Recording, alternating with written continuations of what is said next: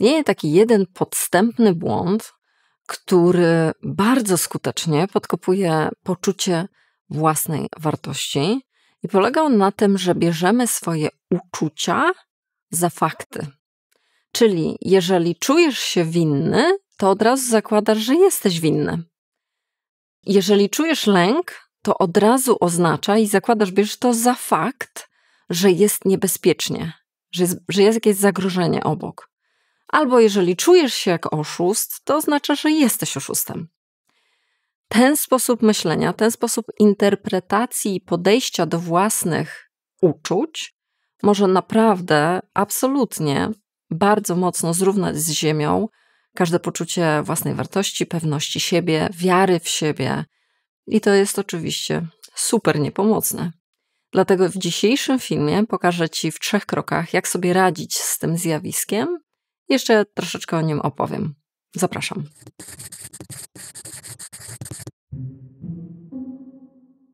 W psychologii to zjawisko nazywamy rozumowaniem emocjonalnym i właśnie ono polega na tym, że gdzieś nie potrafimy rozróżnić tego, co się dzieje w nas, w naszych uczuciach, emocjach, od tego, jakie są fakty.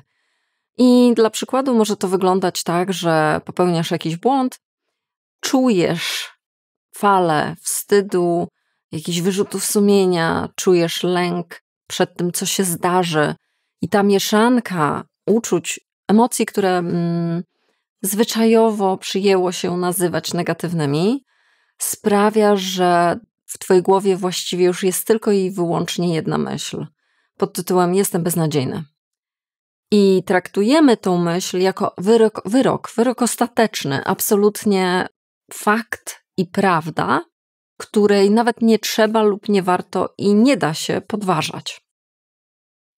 No i w ten sposób postępując, w ten sposób myśląc i podchodząc do swoich uczuć, no podkopujemy pod sobą bardzo, bardzo wielkie dołki i niestety tak kawałek po kawałku, przy każdym najmniejszym błędzie, jaki popełnisz, przy każdej najmniejszej sytuacji, która jest nieprzyjemna albo trudna, wymagająca, gdzieś w jakiś sposób zabierasz, wygryzasz sobie to poczucie własnej wartości i ważności i już wtedy to już jest tylko i wyłącznie kwestia powtórek, żeby to się popowtarzało kilka razy i mamy to. Lądujemy w momencie, kiedy nie wierzysz w siebie, kiedy bardzo w siebie wątpisz i masz o sobie niezbyt pochlebne zdanie. I dzisiejszym filmem, dzisiejszymi 3 punktami, do których już właśnie przechodzimy, chcę Ci powiedzieć, nie stój bezczynnie. Zrób coś z tym, bo da się coś z tym zrobić i na pewno warto. No to co? No to nie czekamy dalej, więc punkt numer 1. Złap go na gorącym uczynku.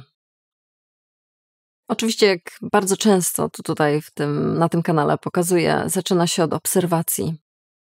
A więc najpierw musimy w ogóle złapać ten cały mechanizm, który w tobie się uruchomił na gorącym uczynku. A to oznacza, że wtedy właśnie, kiedy nazwiesz siebie, o jestem oszustem, albo o jestem w niebezpieczeństwie wielkim, albo jestem beznadziejny, jestem idiotą, to jest ten moment, żeby się na chwilkę zatrzymać i zadać sobie pytanie, na podstawie jakiego uczucia wyciągam ten wniosek.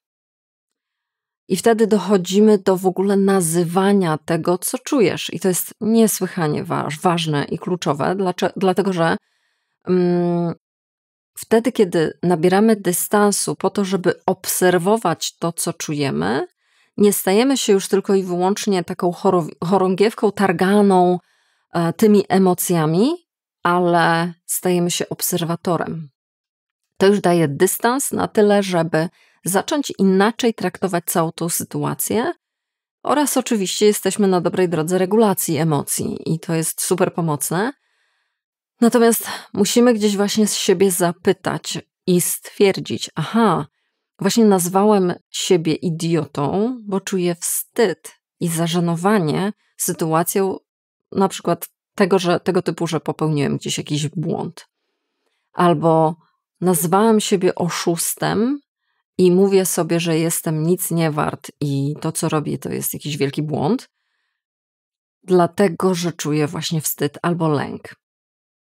I już jesteśmy zupełnie w innej pozycji niż ta chorągiewka. Już jesteśmy w pozycji obserwatora, który widzi, że tam się coś zadziało, tam się coś w sferze tych emocji zadziało, a nie jest tak, że po prostu wszystko jest beznadziejne i koniec, to jest wyrok. I to jest pierwszy punkt. I dopiero teraz możemy przejść do kolejnych. Punkt numer 2. Szukaj alternatywnych dowodów. I teraz, kiedy zdystansowaliśmy się chociaż troszeczkę wobec tej emocji, zaprzągniemy swój umysł, rozsądek, zdrowy rozsądek do tego, żeby zrobił nam pewną pracę, wykonał pewną pracę i zaczął poszukiwać faktów. Zaczął poszukiwać opcji. Czyli innymi słowy, wyrywamy siebie z takiej pętli emocjonalnej, która mówi tylko jestem idiotą, czuję wstyd, co mi nakazuje stwierdzać kategorycznie, że jestem idiotą, a jak sobie powiem, że jestem idiotą, to jeszcze więcej tego wstydu czuję, jeszcze więcej lęku, jeszcze więcej strachu i tak się zapętlamy. Musimy siebie po prostu wyrwać z tego i zobaczyć, że ta prawda oparta na tym, co akurat teraz poczułam, czyli ten wyrok, który sobie sama gdzieś przykleiłam na czole, jest jedną z opcji, a my szukamy całego wachlarza opcji. I to otwiera nam umysł, otwiera naszą głowę, trochę nas dalej dystansuje do tych emocji, do tego, co czujemy. Nie wpadamy dalej w jakiś dół, który nas wciąga, jak jakaś czarna dziura, tylko wychodzimy na powierzchnię naszej rzeczywistości i rozmyślamy. I używamy naszej maszynki do myślenia, zaprzągamy ją do pożytecznej pracy.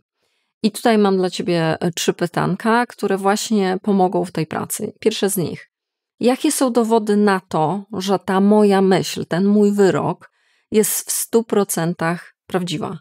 Jest w 100% zgodna z rzeczywistością? I oczywiście z drugiej strony, jakie są dowody na to, że tak nie jest? Ale już zaczynasz w ogóle wychodzić z tej ciemnego tego miejsca, z tej czarnej dziury i zaczynasz rozumowo nazywać sytuację. I to już jest tak naprawdę bardzo duży sukces. Kolejne pytanie. Czy istnieje jakiekolwiek inne wyjaśnienie mojego uczucia, tego co czuję? Czyli może się czuję jak oszust, ale to jeszcze zbyt szybko, żeby stwierdzić, że jestem oszustem, a może jest jakieś wytłumaczenie mojego zwątpienia w siebie. Może jest jakieś wytłumaczenie tego, że czuję lęk albo wstyd. I tak de facto ta sytuacja jedna, pojedyncza, w której się teraz znajduję, wcale tego nie wyjaśnia, tylko jest takim triggerem, jest takim wyzwalaczem czegoś, co we mnie już od dawna pracuje. I wtedy zajmujemy się tym czymś, a nie zasłoną pewną dymną, taką pewną iskrą, która tylko wyzwoliła coś, co od dawna boli, przynosi cierpienie, czy też utrudnia życie. I jeszcze jedno pytanie. Co powiedziałaby mi osoba, której na mnie zależy, która mnie lubi, która mnie szanuje, o tej sytuacji i o mnie? Jeżeli takiego swojego przyjaciela zapytałbyś o zdanie w tym samym momencie, kiedy popełniłeś ten błąd, czy on by też ci powiedział, że jesteś po prostu beznadziejny i w ogóle idź się schowaj i głowę w piasek najlepiej, zniknij? Czy to na pewno byłaby ta sama opinia? No i już właśnie w ten sposób zauważ, że wyrywamy siebie z tego obłędnego wręcz koła emocji, a zaczynamy faktycznie podchodzić do tego, z czym mamy do czynienia w tej sytuacji. Dalej to nie koniec. Punkt 3. Wykonaj mikrodziałanie wbrew temu, co czujesz. No i oczywiście oprócz rozmyślania, oprócz uruchamiania swojego rozumnego sposobu myślenia, a nie tylko emocjonalnego i oprócz dystansowania się do naszych bardzo pochopnych wniosków typu jestem beznadziejny, musimy dołączyć do tego działanie. I tutaj 2 rzeczy. Mikrodawki, czyli działanie nawet bardzo nieznaczne, jest super pomocne. Druga rzecz, działanie wbrew temu, co czujesz. Dlaczego? Dlatego, że jeżeli sobie powiesz, że jesteś beznadziejny, to jedyne, co będziesz chciał zrobić, to zrezygnować. Zrezygnować z poszukiwań w pracy, nowych opcji, z awansu, z robienia być może jakiegoś kroku w zupełnie nieznaną stronę, nowe studia, nowy adres, nowy związek, cokolwiek. Więc te przesłanie jestem taki beznadziejny, to jest jeden wielki hamulec. Ma ciebie powstrzymać i ma ci powiedzieć w ogóle schowaj się, zniknij. Nie możemy się temu poddawać. Musimy zrobić właśnie coś przeciwnego, żeby przekazać wiadomość do swojego układu nerwowego, że okej, to co czuję jest ważne, ja szanuję te uczucia, ale nie muszę na podstawie nich podejmować decyzji, a już na pewno pochopnych decyzji. A zatem, wtedy, kiedy właśnie czujesz ten lęk i ten hamulec i tą blokadę i właściwie jedyne co robisz to zamierasz, trochę jakby w bezruchu, to wykonaj jakikolwiek ruch. I teraz, jeżeli właśnie popełnisz błąd na przykład w pracy, to oczywiście może być to ruch w kierunku dobra, pójdę do kogoś, poradzę się, co w tym momencie zrobić, bo może ma większe doświadczenie. I to będzie super ruch. Może pójdę do szefa i powiem, po prostu przyznam, że popełniłem błąd i że po prostu tak mi się zdarzyło. To też będzie super ruch, tylko że ona zaliczyłaby mnie do kategorii już większych. Natomiast jeżeli jeszcze jest za wcześnie na takie ruchy, to w ogóle uaktywnij sam siebie i sama siebie jakimkolwiek ruchem, czyli idź, zrób sobie kawę. Przejdź się po schodach w górę i w dół, tak żeby troszeczkę rozruszać układ krwionośny i może przyspieszyć akcję serca, może przyspieszyć trochę oddychanie, żeby ciebie uaktywnić. Jeżeli to się dzieje w domu, to idź pozmywaj naczynia, idź zadzwoń, nie wiem, pogłaszcz psa. I to jest wszystko bardzo potrzebne, żeby wysłać sobie jeden komunikat. Czuję to, co ten paraliż, który chce na mnie wymusić ta emocja, która mną targa teraz, ale ja wykonuję jakieś ruchy wbrew temu, co czuję. Dajesz sobie gigantyczne przesłanie, wysyłasz do siebie gigantyczny sygnał.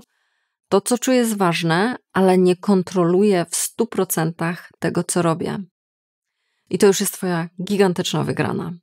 Oczywiście zdaję sobie sprawę, że to są 3 punkty takie rachciechciach do powiedzenia, przekazania, ale być może potrzebujesz je na przykład skonsultować. Zapraszam. To jest także w mojej ofercie spotkanie 1 na 1 online. Jak to zrobić, znajdziesz w opisie tego odcinka. Przy okazji, oczywiście, jeżeli potrzebujesz treści pod tytułem Jak dać sobie spokój, zapraszam ciebie do newslettera, który wysyłam raz w tygodniu. I z takim efektem, z takim wydźwiękiem i informacją zwrotną się spotykam, że właśnie on taki ma efekt na czytelników. Jeszcze jedna bardzo ważna rzecz. Ten piesek tutaj jest. Często dostaję pytania, a gdzie jest pies? No więc jest tutaj, może spróbuję zakłócić jej spokój i pokazać. I tak, ona zawsze jest. Tłumaczę jeszcze raz, bo wiem, że czasami są wątpliwości. Ona tutaj zawsze jest jako pierwsza. A podsumowując, to wszystko, o czym był dzisiejszy film, jest tak naprawdę takim troszkę trzeźwiącym komunikatem, który mówi niekiedy pod wpływem tego, co czujemy, pod wpływem tego, jakie uczucia w nas wywołują sytuacje po prostu każdego dnia, możesz siebie zobaczyć tak jakby w odbiciu w krzywym lustrze. To jest zniekształcony obraz. To nie jest prawdziwy obraz twojej osoby. To, że popełnisz jeden błąd, to naprawdę nie oznacza, że jesteś beznadziejną osobą. To, że czujesz się winny, że gdzieś nosisz na sobie poczucie winy, nie oznacza, że jesteś absolutnie winny czemuś i to twoja wina i to przez ciebie coś fatalnego się stało. To nie działa tak prosto. Podobnie, jeżeli czujesz się oszustem, czyli dotknął cię tak zwany syndrom oszusta, to jeszcze jest za mało, żeby powiedzieć, że jesteś tutaj absolutnie hochsztaplerem i że wszystkich okłamujesz i że nie ma w tobie ani grama prawdy. Dlatego tak ważne jest, żeby odróżniać, oddzielać i widzieć, że to, co czujemy, może się mylić. Nie warto wierzyć w każdą swoją myśl, jaka ci przyjdzie do głowy, i nie warto też wierzyć w każde uczucie, które się tylko i wyłącznie pojawia i od razu już my zawierzamy wręcz całe życie. i wiele decyzji życiowych właśnie w ręce tego uczucia. Tak to nie działa, warto się troszkę z tym rozprawić i te 3 punkty, które dzisiaj opisałam, zamienić w praktykę, bo jak często przypominam na tym kanale, to wszystko się dzieje w praktyce, to wszystko się dzieje w powtórkach. A więc to, że zrozumiałaś lub zrozumiałeś te 3 punkty, świetnie, fantastycznie, punkt dla ciebie, to teraz jesteś gotowy na to, żeby te 3 punkty wprowadzać dzisiaj, jutro, pojutrze, w tym tygodniu w swoje codzienne życie. A na sam koniec daj mi znać, kiedy to się tak dzieje. Kiedy, jakie emocje w tobie właśnie prowokują takie wyroki skazywania samego siebie na to, że jest beznadziejnie ze mną, jestem zły, nie nadaje się. Najlepiej to tylko zrezygnować i poddać się. Daj mi znać w komentarzu. Każdy komentarz, każda subskrypcja, kliknięcie gdziekolwiek tutaj, cokolwiek zrobisz na tym kanale, to jest wsparcie tego, co robię, za co ci bardzo, bardzo dziękuję. Podobnie oczywiście jak wsparcie poprzez inne platformy. Wielkie dzięki wszystkim osobom wspierającym. Bardzo was doceniam. I cóż, widzimy się następnym razem.